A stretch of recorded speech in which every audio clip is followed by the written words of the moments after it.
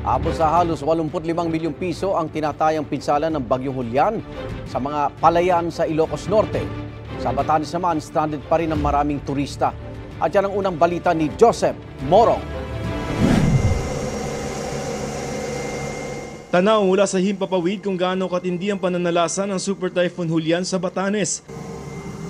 Ang ganda ng probinsya napalitan ng imahe ng mga nasirang bahay at gusali. Palakasin pa yung telecommunications dito dahil madalas na pagsubok dito, hindi sila makakontakt. So, yung National Government, Office of Civil Defense, pinalakas natin dito yung radio system namin. Ang ilang residente gusto munang umalis sa Batanes dahil nasira ang kanilang kabuhayan. Wala pa po kami kasing income muna, so habang wala pa yung power, pero eventually pag bumalik yung power, babalik din po kami dito. Kaya lamang walang commercial flight ngayon palabas ng probinsya. Bukod sa mga residente, maraming turista ang ilampas isang linggo ng stranded sa Basco. Gaya ni Jennifer na mula pa sa Amerika. 5 beses na raw nakansela ang kanyang biyahe. Nakikita ko talaga na umiikap yung hangin, nililipad yung mga kugon sa bubong. So, of course, that's my first time to experience that. Signal number 4. May dumating na C-130 para sa relief goods sa tubig na dala ng OCD at DSWD para sa mga residente. Yung gusto pong sumakay, lalo na yung mga turista na priority natin, kung gusto niyo pong sumakay hanggang Lawag City lang po. Sa abot 200 stranded na residente turista, 70 sa kanila ang nakasakay sa C-130. Yung ilang mga turista na na-stranded dito sa Basco sa Batanes na dahil dun sa Bagyong Julian ay nakasakay na dito sa C-130 ng pamahalaan.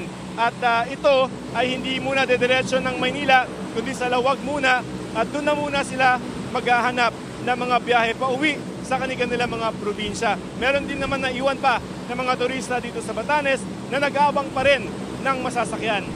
Ayon kay Batanes Governor Marilu Cayco, may tugunan ang national government sa hiling ng mga kahoy at yero para sa mga nasirang bahay ng mga residente. Nag-promise siya na bibigyan kami ng yero at yung DNR naman, bibigyan naman kami ng around 70,000 board feet na kahoy na manggagaling sa may Region 2. Yun lang ay makakasolve ng problema nung nasira mga bahay, yung totally and partially damaged na bahay. Libre po. Malaki rin ang danyos ng Bagyong Julian sa Ilocos Norte. Ang magsasakang yan mangiyak-ngiyak ng mangitim at mabulok ang 100 sako ng naaning palay. Hindi rin nakaligtas ang tanim na palay ng iba pang mga magsasaka na aanihin na sana ngayong buwan. Naiyak na ako dahil yung mga namumulaklak masisira. Halos 85 milyong piso ang halaga ng pinsala ng bagyo sa mga palayan sa probinsya. We're hoping na with the recent typhoon damages ay maliit lang na epekto. Pagdating naman sa supply ng kuryente, base sa monitoring ng Ilocos Norte PDRMO, tanging bayan na lamang ng Adams ang may mga bahay na hindi pa naibabalik ang supply. Umaasa ang provincial government na maibalik ang 100% na supply ng kuryente sa probinsya bago mag-weekend. Ito ang unang balita, Joseph Morong para sa GMA Integrated News. Igan, mauna ka sa mga balita. Mag-subscribe sa GMA Integrated News sa YouTube. Sa mga kapuso abroad, subaybayan nyo kami sa GMA Pinoy TV at sa www.gmanews.tv.